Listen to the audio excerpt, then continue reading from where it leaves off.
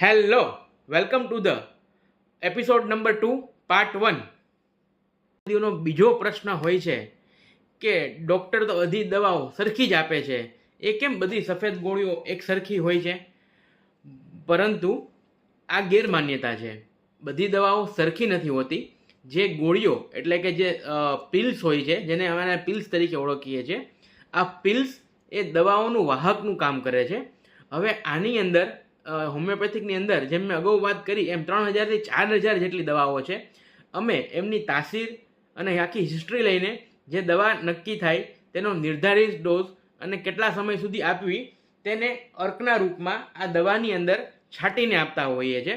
જેમ કે આ દવા છે તો આની ઉપર આ છાંટીને આ ગોળીને આને આપતા હોય છે. માટે સફેદ રંગ એ ગોળીઓનો છે જે એક વાહકનું કામ કરે છે. પણ અંદર જે દવા હોય છે, અંદર જે અમે અર્ક નાખેલો હોય છે, તે દરેક દર્દીને અલગ અલગ હોય છે. તેમજ એક દર્દી વારંવાર અલગ અલગ તકલીફ માટે આવે તો પણ અમે એના સિમ્ટમ્સને આધારે આપતા હોઈએ છીએ.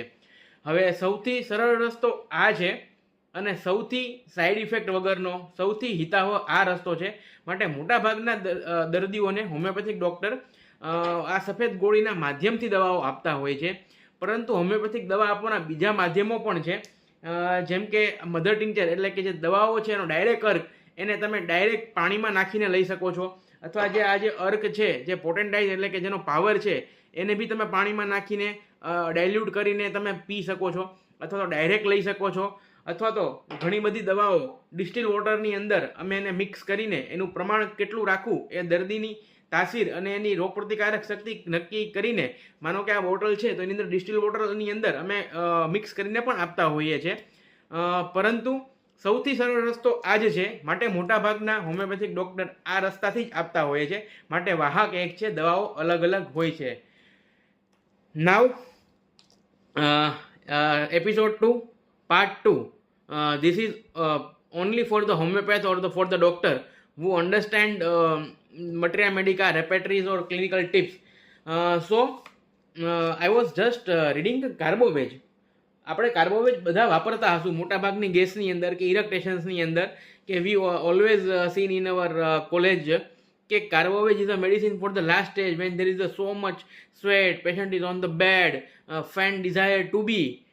પરંતુ આપણી પ્રેક્ટિસમાં એવા પેશન્ટો આવતા હશે કે જેઓ વાતમાં કહેતા હશે કે મને ઓલી બીમારી થઈ ને પછી મને ક્યારે સરખું જ નથી થયું. નાનપણમાં મને અસ્થમા થયો ને એનું કારણ જ મને ઉટાટ્યું થઈ ગયું હતું, કે મને મિઝલ્સ થઈ ગયા હતા પછીથી આ તકલીફ મળતી જ નથી. મને કોવિડ થયો ને પછીથી મને સારું જ નથી થતું. મને ટાઇફોઇડ થયો ને પછી સારું જ નથી થતું. Then also the medicine can be thought of is carbo veg, because when you read Allen's and page number 84 from the 8 editions of the Allens, on the second paragraph it has written, person who have never fully recovered from the exhausting effect of some previous illness. Now we should study and understand what is the exhausting effect of some previous illness.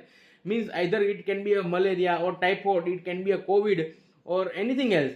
And also asthma dates from the measles or pertussis of the childhood. And yes, also read in between the line is bad effect of long ago injury and has never fully recovered from effect of the typhoid. So carboveg is also the good medicine for the injury. We always think arnica for the injury, or if there is a head injury we sometimes think natrum sulf, or it is a ligament or any muscular tissue we think rustox or ruta. But we have we ever thought the carboveg for the injury? So definitely I am not giving any person who is saying this line. The totality should be the match of the carboveg, like sluggishness, chilly, fan desire, etc, etc. But if this is the written in the Allen, we should keep in mind. So this was the clinical tips for today. Thank you so much.